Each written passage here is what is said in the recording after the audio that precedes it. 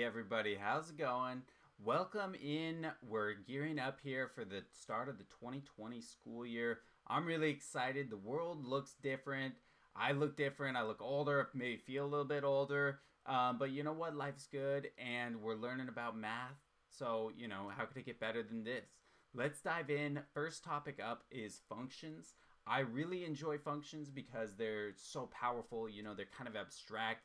And because of that, you can do so many things with them. You can model so many real world scenarios. You can make predictions about the future. You can analyze the past, and it's going to be great. Let's dive in.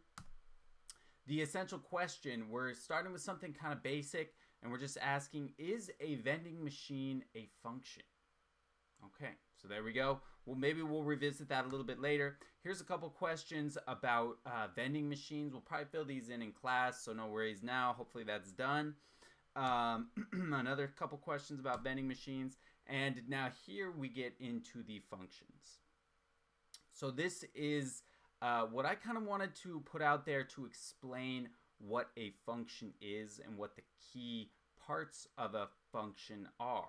So it's a relationship or a mapping between two sets of data.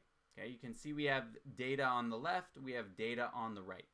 Now technically the data sets do not have to be numbers, but usually they are. All right, and now we have a question for you. Can you determine what the relationship between the two sets is?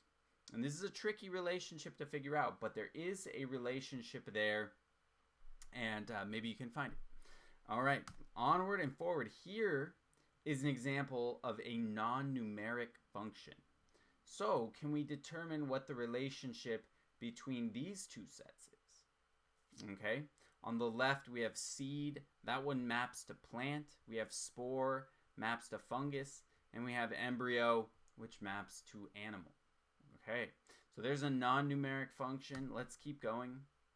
All right, now here are two very important vocabulary words. You've probably heard these before.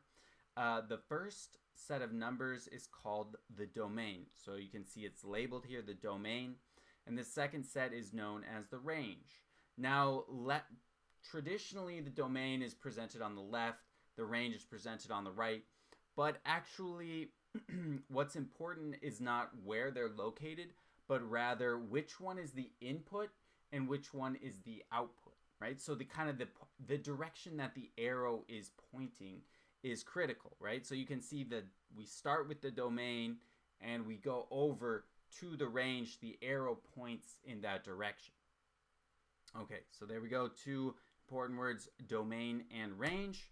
Now here is a rule about functions, and that is that a function maps each value in the domain to one and only one value in the range, right? So right here I put a relation here which is not a function.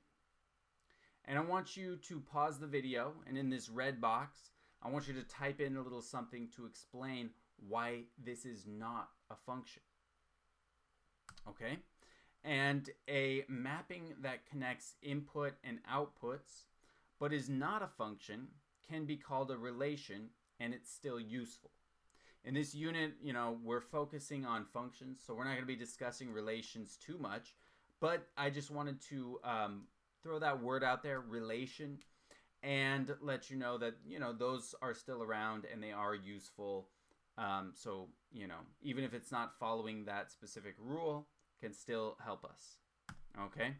Now, it's important to note that while each value in the domain can only go to one range value, multiple values in the domain can map to one range value, right? So you can see an example of that happening here. Now, this is a function. This mapping is a function. And I want you to kind of articulate the difference. Again, typing in this box right here. Why is this one different from the previous example, right? So why is this one a function, but the previous example, this one right here, this one's not a function? Okay, now onward and forward we go. And that's about it. That brings us back to our essential question. We're going to end the video soon. There's one more thing for you to do to kind of maybe help you decide, is a vending machine a function? And that is, you can try to make a function mapping right here.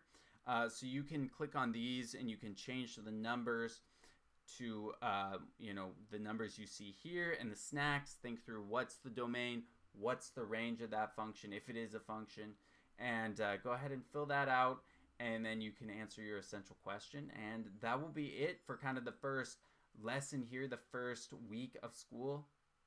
And anyways, thank you for watching, and good luck.